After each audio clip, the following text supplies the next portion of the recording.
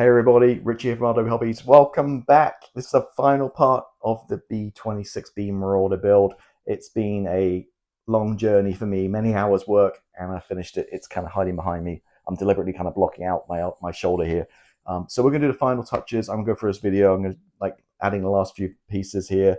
There's a few issues along the way with nose weights and that kind of stuff we'll talk about. And then at the very end, we'll do the final reveal, and I'll do a outside. I'll take a video, and at the very end of the video I'll put some still photographs as well to showcase the build. So without further ado, let's get started.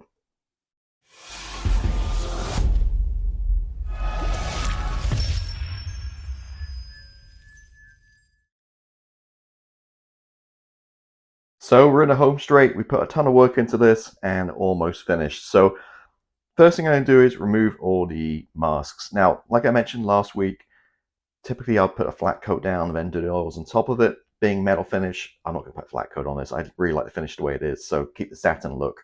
So we're done with all the painting and everything. We're going to basically just need to add all the gear and all the little lumps and bumps and everything. So the first thing I'm going to do is remove all the masks to see how the glass works. So fingers crossed they worked okay. So just with a pair of tweezers, just very carefully, because knowing how this stuff goes together, it's kind of fragile. So again, there's one off, and a lot of these windows are pushed, not a lot of the windows along the side are from the inside, so you don't put too much pressure to knock the window through, because at this stage of the build that'd be very frustrating. So just going through, taking all, and in the corner very carefully, just a pair of nice tweezers, taking off all the masks. And again, just a reminder, this mask set I did create myself my Cricut machine. The Cricut file is on my Patreon, so go to Patreon, you can get this file, so you can just print it yourself and not have to worry about sizing it or anything.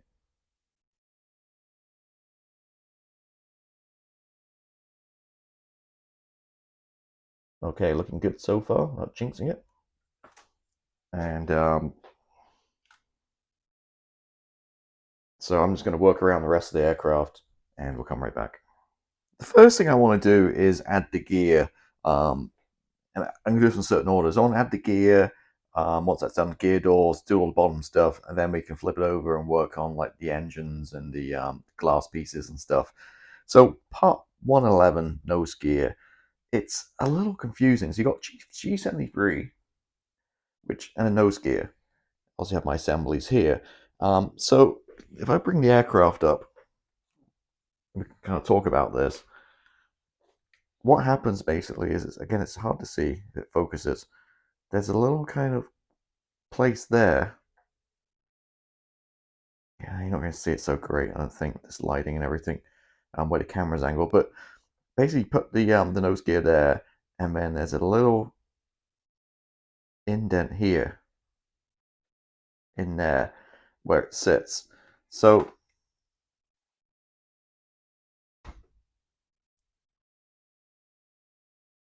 what happens is this fits into that little gap in there, and I was like, where does this go? But if you look at the gear, there's a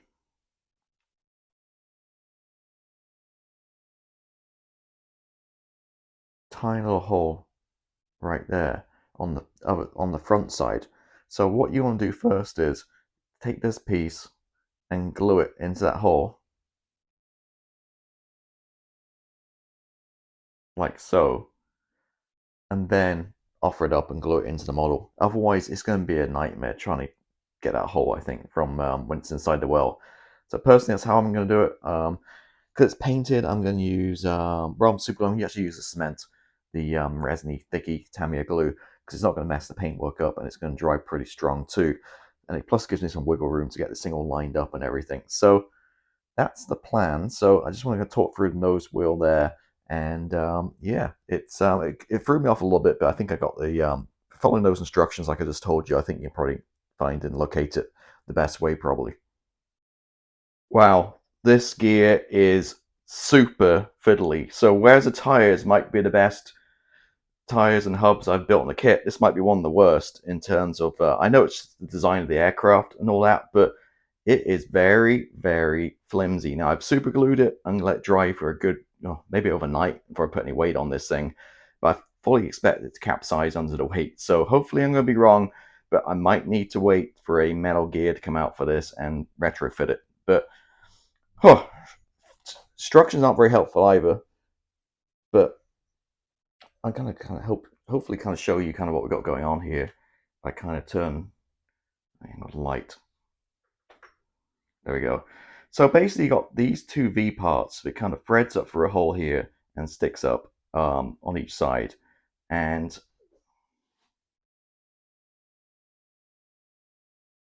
see these V's, and your gear basically fits into the back. There's two holes, and these two V parts glue onto the side.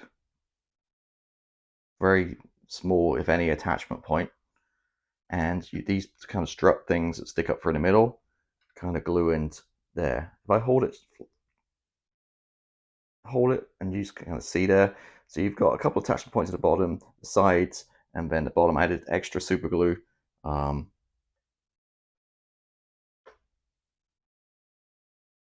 don't know, man. And this nose gear is very wobbly. There's nothing. There needs to be this support here isn't really doing much. I guess in design I had something more center to support it might be better. But again, I'm not going to risk put any kind of weight on this. Did add the cowls on the front as well, as you can see. Somehow not gluing that great, but I think they'll be okay. I was going to go ahead and add the gear doors at the front, but I realized, oh, duh, you got to add the decals. So I've got to get the decals, match them up, line them up with the mouth here. Where are they?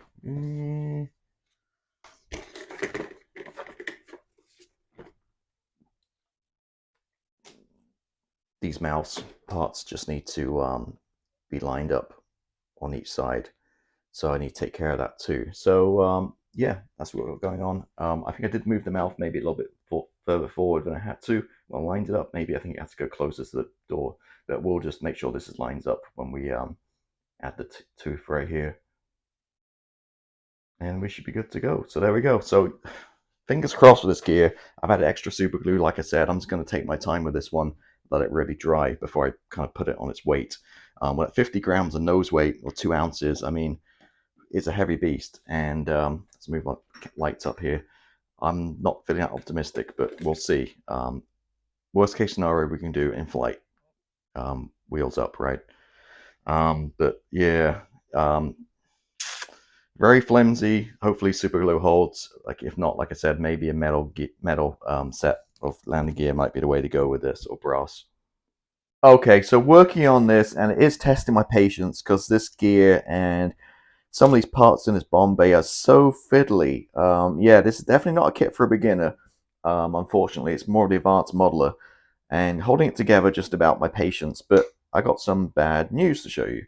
I think you know what's going to come, but quite clearly here it says add 50 grams of nose weight, and it shows you where to put it, which is exactly where I put mine. And guess what? I put 2 ounces, so I actually put 58 grams of nose weight. So I went 8 grams over that, which is what, I don't know, like 16% higher. Same position. So let me take the instructions out of the way and let me show you something real quick. I still don't trust this gear. It's so flimsy.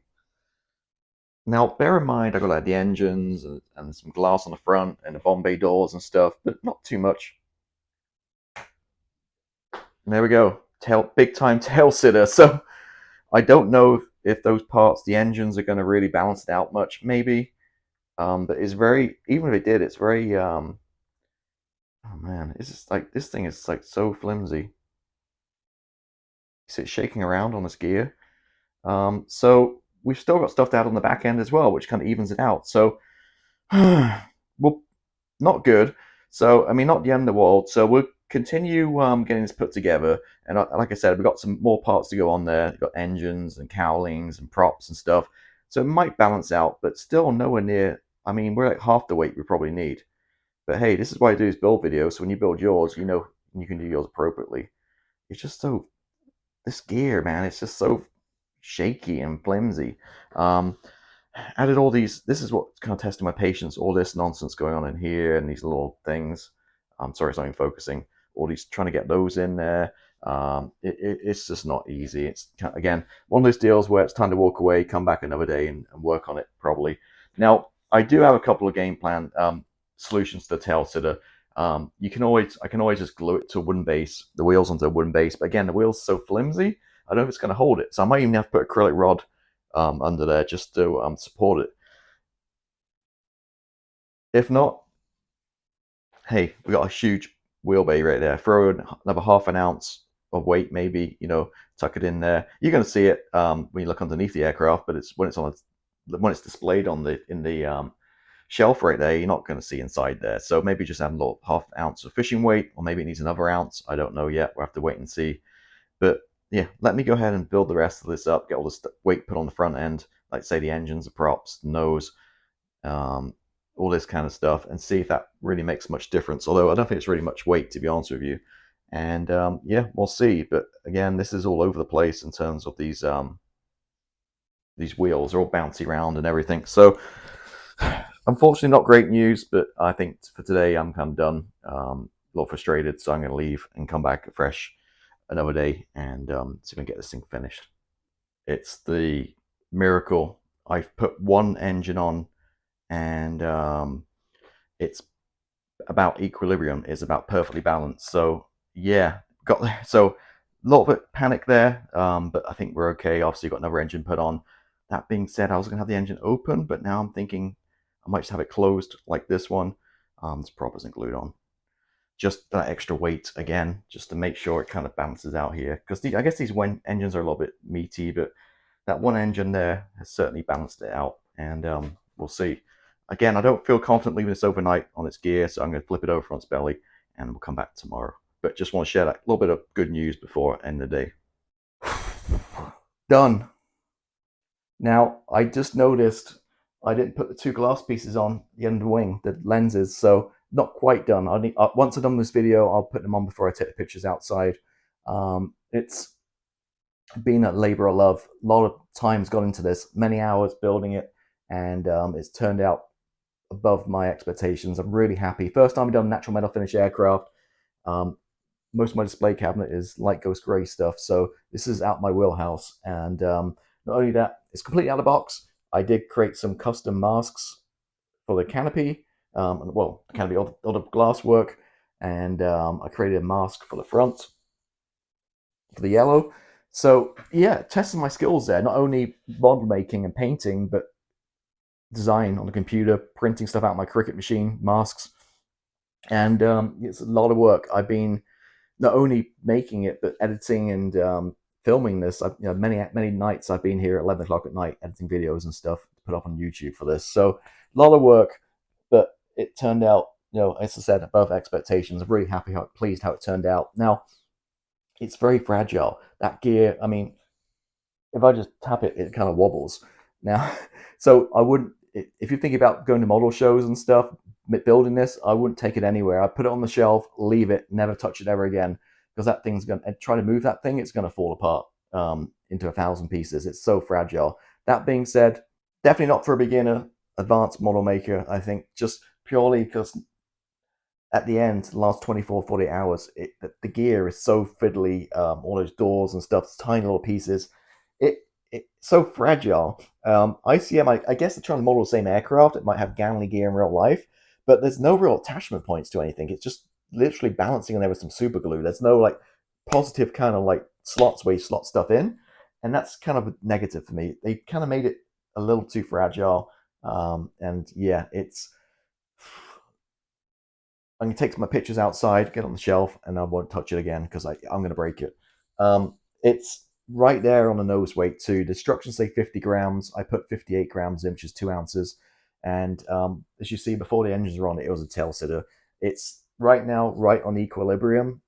It's just holding it there. I would say probably another ounce or another 20 grams at least nose weight in there. You can't put too much in because again, the gear is so fragile. If you load it with like 5 ounces, it's just going to break under the weight. So that being said, obviously out of the box, as I mentioned, but if you're watching this about 6 months time, when it's some aftermarket for it, I definitely would recommend some metal gear for it, because again, it's so flimsy. I'll get some brass or white metal landing gear, I think it's pretty much essential for this, and just make it a little bit more sturdy. But yeah, it's turned out pretty well. Lightly weathered, just with black clay wash, and then Starship Filth, neat oils, just add a little bit of grime. Didn't beat it up. And yeah, there we go. Pretty much done. In terms of the kit itself, overall, like I said, it went together pretty well.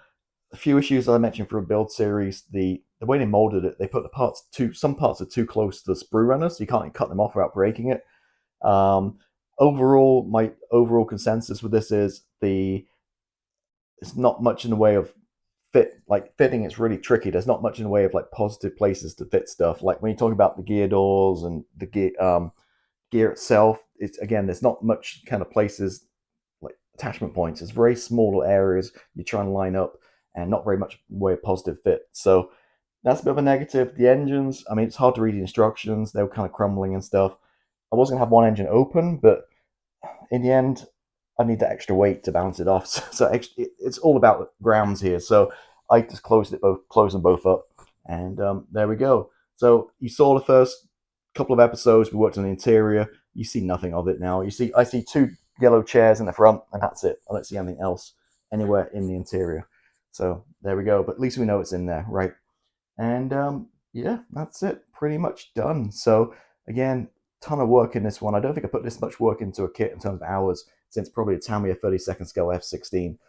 It's not a weekend kit. It's many hours. And again, many hours, late nights I was out here, not only building this, but editing it and getting the videos up for you guys as well.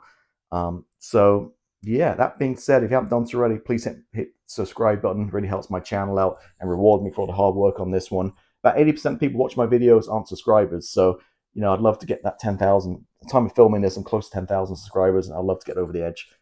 Hence why I did this build series. Hope you get me that level, which I've been, for years now, been trying to get to. So, yeah, thank you as always. I'll catch you next time.